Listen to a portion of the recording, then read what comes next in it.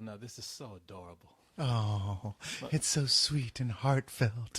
You guys saw this together, did you? We held hands. Did you suck on the same strand of spaghetti? No. And your lips meet up? Oh, there was sucking going on. Wasn't there? No pasta. No, but Cyrus let me put my hand on his man boob. Ow. And I had a hole in the popcorn. Korey, you so nasty. You baby, you nasty. No, there was no man love going on in this film. Although, I will not be surprised if this is a big hit with the gay men, because what's the actor's name who's in this? Henry Thomas? No, not Henry Thomas. The star. Oh, Channing Tatum.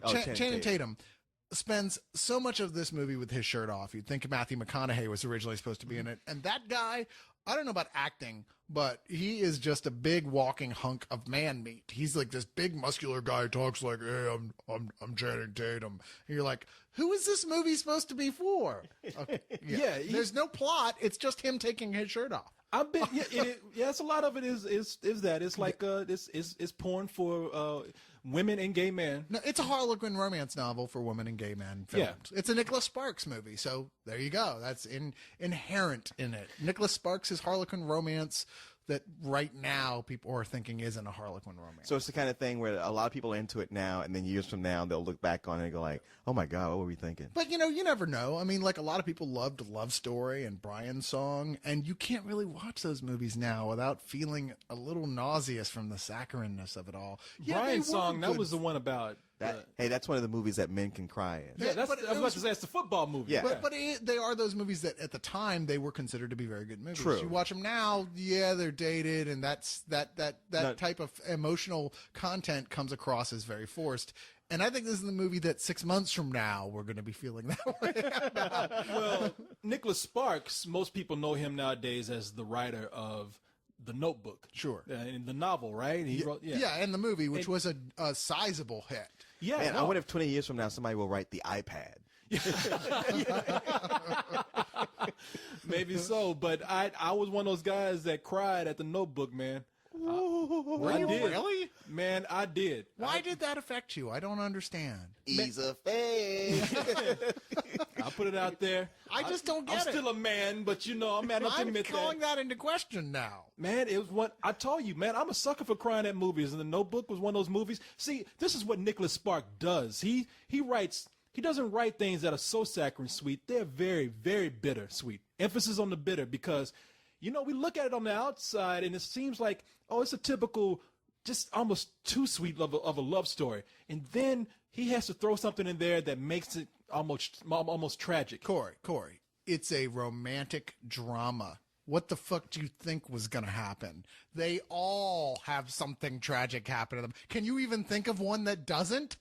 A romantic drama, something tragic doesn't happen in it? They always do. Yeah, I can think of one. It's called Korey and Cyrus Go See Dear John. That's true. It was wonderful. We're still here. I love you, Korey. I love you too. But I'm looking. Okay, and I hear Dear John. That makes me think. Okay, some guy who's been in the army is getting a letter from his girlfriend saying like, yeah, I know you've been waiting for me to come back, but I've fallen in love with your brother or a guy down the street, and I gotta dump you. And that is the traditional meaning of Dear John. Yeah, you're close. Which is surprising to me that they telegraph something that's a major plot element that clearly in the title. Really, in the title? The title is the spoiler this time? Well, here's the thing. You are close to it, because when you say, oh, I'm going to write this person a Dear John letter, which is sort of a generic letter, but here we have Channing Tatum, who literally plays a guy named John. Damn. Korey. Yeah.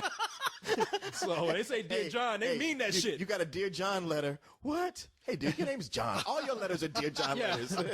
But your girl did dump you in it, though. I'm sorry. I read it on the way over here. Well, we all had a good laugh. Yeah. And as you know, statistically, the guy who gets the Dear John letter in the army, he dies in combat. It happens in every movie. And what you want to do is, if you don't die and you make it back, the first dude you know from your hometown who comes up to you and goes, dude, I heard what happened. I'm so sorry. You just beat the shit out of that motherfucker, because that's the guy. Yeah. That's the guy that's tapping that now. Hey, man. His name is Jody, by the way. Yeah. But yeah, well, that's a sequel, Dear Jody. But so he does play a guy named John, and he's on leave from the army at the moment. And while he's on leave, he starts courting this girl played by Amanda Seyfried. Yeah. Yeah, who's hot, but like we said, you would say she's weird looking. I said she looks like Gizmo. She's got good body. But her face is weird. Yeah, she looks like Gizmo with a hot body and a blonde wig on. Yeah, So pretty much. is she kind of like Sarah Pauli, where it's like, well, she's kind of cute sometimes, but not. I love Sarah Polley. I think she's hot. But she's like, I don't know. It's something about the way her face is structured. I'm sure lots of people are going to find this girl just straight up hot, whatever. I'm just not one of those people. But I think the point of this film is not for her to be super hot, because once again, this is for women and gay men. Okay, there's nothing wrong with that. But they want the woman to be more of an every girl type of thing, which is the roles this actress usually plays, like in Jennifer's Body, where she's the nerdy best friend. Yeah. You know, who you're supposed to identify with. But, you know, she's next to this uber hot goddess thing. And here, the uber hot goddess is Channing Tatum. Yeah. And look, Man, you really got it for Channing. I know. No, I'm just saying that the camera has it for him. It spends every possible second gloating over him and oh his no, nipples. there's a lot of shots of him topless. But yeah, no, I wonder if like if Matthew McConaughey writes letters to him and Taylor Lautner going like, "Hey, you guys, knock it off. That's my shtick." hey, you're stealing my thunder, man. But not. You know, it's cool, though. It's cool. Yeah, but it's all right, though. I know everybody needs to have their chance. It's okay. But no, now I think she's hot, Amanda Seyfried. But then again, I think Gizmo with a good body and wig is hot. So, you know, I love you, Korey. But You know, Gizmo in the right light, you remind me of Amanda Seyfried. I am Amanda Seyfried, you stupid son of a bitch. Sorry. Just don't come in him after midnight.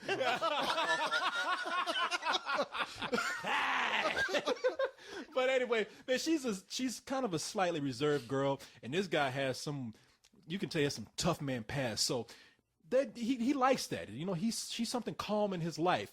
Now there's this tragedy that happens, and I'm not gonna say what it is, but in the movie it causes him to re-enlist when they've already kind of been discussing the future, which means he's gonna be gone for a long time, and he is on duty for years. And while he's away, these letters from his girlfriend stop coming, and pretty soon it shows that his absence is starting to have a strain on their relationship. So, As you would imagine it would. yeah. So you can tell this Chicks are weird. They like you hook up with them. They want you to stick around. Well, this is an odd. I don't get that. This is an odd film that's smart enough to not ask you to have sympathy with one or the other, really. Even though it's following Channing Tatum, it doesn't want you to look at her as a bitch either. I mean, it's reasonable about it. It says the same thing. It's like, yeah, you were away for a while. Yet at the same time, because of the situation, the audience can't help but sympathize for his decision to re-enlist. You're like, okay, well, what was the guy supposed to do, really? You know, and so it leaves you in kind of a gray zone. It wants these two people to get together, but it's an impossible situation. Well, this is where the Nicholas Sparks element comes in, because you know that possibly this is not going to lead to anything good for these two, and you want to see them get along because they are, for the most part, Channing Tatum. I agree with you. He's a guy that I'm amazed that he's getting as many roles as he is. He keeps on trucking. Yeah, and I like the guy. You know, I really do. I know you guys that don't like him. That I know you say he has no real charisma, but he really, for some reason, there's something about him where I'll tell you what it is. He has a wiggerness about him. He has a total wiggerness about it, which is what I don't like. What does that mean? He's perfect for G.I. Joe. You know what that means. Not in the context you're using it. I think a wigger is the guy who's got the snow cap on, who acts like a black guy all the time. But Channing Tatum he does. talks like he's from the street. I mean, he may be, but you know, hey, when you're in these movies, it's time to leave that at home. Okay, well, I haven't seen a lot of his other movies, and in here, I wasn't really seeing that angle, that side of him. I just feel like he's got that early Keanu Reeves thing. It's like he's not devoid of talent, and yet at the same time, why is anyone putting him in films? Well, he's not an actor. I can tell you why, because I mean, he's not like Keanu Reeves. It's like he in a wig is like we say a black guy. I mean, a white guy who acts like a black guy. In this movie, he does talk like that sometimes, because normally with any other white lead in a romantic movie like this, like the girl would be like, "Come back and join us for a barbecue. Can you? Yeah, come and join us. Can you make it over here?" And the guy would be like, "I'll be there in a moment, lady." You know. But with him, he's kind of like. I'm sorry, who are you imitating? That's the Deli Do Right movie. He thinks that's how all white people talk. I know. We doing just wrong. talk like that all the time. I'm kind of offended right now. You know what, Cyrus? You should be. I'm trying to speak up. I mean, somebody has to speak up for the white man. It does. And this is one of those few cases I was like, You know what? That was offensive. that was offensive, and I'm sorry, my man. You know, it's like every time you look at Cyrus, is he wearing a fedora and smoking a pipe? Oh, hello, Korey. Hello, Leon. My fine brethren. No, but then, Brethren? yeah. That's how white people talking. I tell you, I was talking to the wife about some of those black-eyed rice and hammer hocks you guys are eating, and I think they're delicious. Well, you know what? I just happen to have a fresh packed case of snickerdoodles over here. Would you like one? They're scrumpty delicious. I'm so sorry. Meanwhile, Cyrus is over there like, nigger. Every time we talk, we like, yeah, man, it sure was a dope movie. Look, you guys are all like, man, it's not fair. We're left out. We're not represented in modern culture. And then when modern culture starts imitating everything you do, you're like, man, it's not fair. Modern culture is making away with our shtick. So fuck you guys. Wow. What do you want from us? You just did Channing Tatum. You totally did. I thought he was in the room. That's what I'm talking about. Okay, maybe I exaggerated, but a girl would King be... Kong ain't got nothing on me. There you go. Training Day reference 673. Okay, Take a drink.